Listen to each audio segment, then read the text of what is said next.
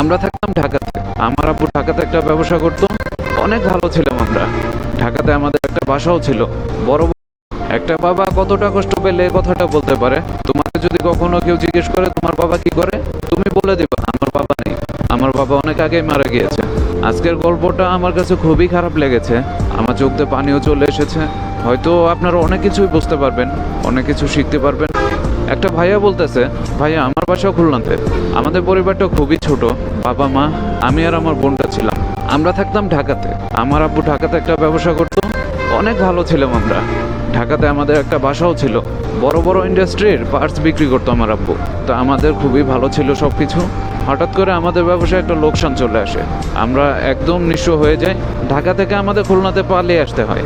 এক পর্যায়ে অনেক মানুষ আমাদের সাথে কন্ট্যাক্ট করে।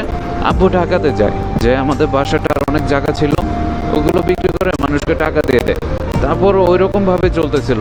গ্রামে আসার পর আমার কাকারা আমাদের আলাদা করে দেয়, তারা আমাদের খাওয়াতে পারবে না। তখন আমার আম্মু দু একটা স্টুডেন্ট পড়াতো, ওইগুলোতে খুবই কষ্টে আমাদের জীবন চলতো। আস্তে আস্তে আমার বাবা আবার আরেকটা কাজে যায়। ওখানে যাওয়ার পরও অনেক ভালোভাবে কাটতেছিল আমাদের। আমরা আবার ঢাকাতে চলে আসি।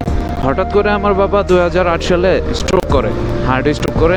তখন আমরা জানতে পারি বাবার হার্টে রিং পরাতে হবে। এত টাকা কোথায় পাবো? আমার নানু বাড়িরা ছিল অনেক বড় লোক, কিন্তু তারা আমাদের কখনো ওইভাবে হেল্প করেনি। তারা সব কিছুই জানতো, কিন্তু কখনো আমাদের দেখতে আসতো না। আম্মু সবার হাতে পায়ে ধরে তার অপারেশনের জন্য টাকা আনে। আমার আব্বুর সার্জারিটা হয়, আলহামদুলিল্লাহ সব কিছুই ভালো হয়ে গিয়েছিল। কিন্তু ডক্টর একটা কথা বলে দিয়েছিল, উনি কখনো কোনো কিছু করতে পারবে না, কোনো ওয়েট নিতে পারবে না, চিন্তা করতে পারবে না। এগুলো শোনার পর সবার মনটাই খারাপ হয়ে যায়। তো আম্মু আস্তে আস্তে টিউশনি বাড়াতে থাকে। আমি তখন পড়তাম ক্লাস 8-এ, আমার বোনটা পড়তো ক্লাস 5-এ। তো কোনো রকম আমি এসএসসি কমপ্লিট করি। এসএসসি কমপ্লিট করে আমি একটা দোকানে জব নিই, ওখানে থাকতাম, ভালো চলতেছিলাম। আমার ওই রকম কোনো বন্ধুও ছিল না যাদের সাথে মিশতাম। সবাই একটা কথাই বলতো, তোর বাবা কোনো কিছু করে না, তোর টাকা নেই, তুই আমাদের সাথে আসবি না। অনেক কিছু বলে আমাকে গালি দিত। বড় ভাইদের কাছে গেলে তারাও বলতো, তোর বাবা কোনো কিছু করে না, তোর মা চাকরি করে, তোর মায়ের স্টুডেন্ট পড়ায়। এগুলো শুনতে আমার খুবই খারাপ লাগতো। মাঝে মাঝে রাতে আমি কান্নাও করতাম। আমার বোনটা স্কুল থেকে আসার সময় আমার বোনকে অনেক কিছুই বলতো। ওর বান্ধবীরা বলতো, তোর বাবা মেয়ে মানুষ আর তোর মা পুরুষ মানুষ, কারণ কোনো পুরুষ মানুষ ঘরে বসে থাকে না। এগুলো শুনে আমার বোন বাসায় এসে অনেক কান্নাকাটি করতো। আর আব্বুকে বলতো, তোমার জন্য কোথাও যে আমরা পরিচয় দিতে পারি না। তখন আমার বাবা খুবই কষ্ট পেত। আর সংসারে সবসময় অশান্তি লেগেই থাকতো। আব্বু আম্মুর ঝগড়া। আব্বু যদি আম্মুর কাছে টাকা দিত, পড়া কথা শোনাতো। অনেক হাতাহাতিও হয়েছে আমাদের দু ভাই বোনের সামনে। আম্মু আমাদের আব্বুকে জুতা পিটাও করেছে। এগুলো দেখে আমরা অনেক কান্নাকাটি করেছি। আম্মুকে অনেক কিছুই বলেছি। সে সবসময় আমাদের খাবারে খোঁটা দিত, আমার জন্য তোরা এখনো বেঁচে আছস। একদিন আমি বাইরে যাই, বন্ধুদের সাথে কথা বলতেছিলাম। ওই সময় একটা বন্ধু বলে উঠে, তুই কি করবি জীবনে? তোর বাবাই তো কোনো কিছু করে না, তোর কোনো পরিচয় নেই, তুই কার পরিচয় দিবি? এইসব কথা শোনার পর আমার অনেক খারাপ লাগে। ওখান থেকে আমি চলে আসি। চলে আসার পর আমার বাবাকে বলি, তোমার জন্য আমরা কোথাও যে পরিচয় দিতে পারি না, কেন যে আমাদের জন্ম দিয়েছিল? এই কথা বলার পর আমার বাবা কান্না করে দেয়। সে একটা কথা আমাকে বলে, এরপর থেকে যদি তোমাকে কেউ জিজ্ঞেস করে তোমার বাবা কি করে, তখন তুমি বলে দিবা আমার বাবা নেই, সে অনেক আগে মারা গিয়েছে। তুমি যেহেতু আমার পরিচয় দিতে পারবে না, তাহলে আমাকে মেরে ফেলাটাই ভালো। আর একটা কথাই বলি, যদি কোনোদিন বড় হতে পারো, আমার নামে তোমাকে চিনবে।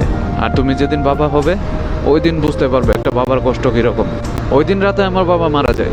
মারা যাওয়ার পর আমার চোখ দিয়ে একটা পানিও পড়তেছিল না। আমার মাথায় সবসময় একটা জিনিসই ঘুরতেছিল, বাবাকে কেন এই কথাটা বললাম? এই কথাটা যদি না বলতাম, হয়তো আমার বাবা মারা যেত না। এটা তো স্বাভাবিক মৃত্যু না, এটা একটা মার্ডার। আমাদের মানসিক অত্যাচারের কারণে মানুষটা তিলে তিলে মারা গিয়েছে। বাবার জন্য আমার চোখ দিয়ে পানি পড়তেছিল না, কিন্তু আমার ভিতরটা একদম শেষ হয়ে গিয়েছিল। বাবাকে যখন দাফন করে চলে আসলাম, একটা করে পা দিচ্ছিলাম, আর মনে হচ্ছিল আমার মাথার উপর থেকে ছায়াটা সরে গিয়েছে। এখন রোদের আলোটা খুব ভালোভাবে আমার মাথার ভিতরে লাগে। আমি সবাইকে একটা কথাই বলতে চাই, বাবা থাকতে বাবার সাথে কখনো খারাপ আচরণ করবেন না। বাবা চলে গেলে তখন দুঃখ প্রকাশ করে লাভ নেই। আজ আমি অনেক টাকা ইনকাম করি, মাস গেলে 30-40 হাজার টাকা ইনকাম করি, কিন্তু আমার বাবার জন্য আমি একটা টাকাও খরচ করতে পারি না। এই কষ্টটা একমাত্র সেই বুঝবে যার বাবা নেই। আসলে ভাইয়া, এরকমটা আমরা বুঝি না। আমরা সচরাচর সবসময় বাবা মার সাথে অনেক খারাপ ব্যবহার করি। আমরা মনের অজান্তে অনেক কিছুই বলে ফেলি, কিন্তু তারা যে পরিমাণ কষ্টটা পায় এটা আমরা তখন বুঝি না। হয়তো মনে করি যে এই জিনিসটা না বললেও পারতাম, কিন্তু বলে ফেলি। আমরা আমাদের রাগটা কন্ট্রোল করতে পারি। ভাইয়াটা ঠিকই বলেছে, যখন বাবা থাকবে না তখন বাবার আফসোস করে লাভ নেই। বাবা থাকতে তাদের সম্মান করুন। আর বাবা মানে এক একটা যোদ্ধা। কোনো বাবাই খারাপ না, কোনো বাবাই গরিব না। যারা বাবার পেশা বলতে দ্বিধাবোধ করেন, কষ্ট পান, মনে করেন যে এটা আমার শরম, তারা আসলে মানুষই না। আপনারা যদি মানুষ হতেন তাহলে বাবার পেশা নিয়ে আপনাদের কোনো মন্তব্য থাকতো না। এখনও সময় আছে, নিজে শুধরিয়ে যান, অন্য আরেকজনকে বোঝান। আর ওইসব বন্ধুদের বলি যারা মনে করেন বাবার পজিশনে সব কিছু, তাহলে আপনারা মিডল ক্লাস কারোর সাথে বা গরিব কারোর সাথে বন্ধুত্ব করবেন না। ভালো থাকবেন সবাই। আসসালামু আলাইকুম।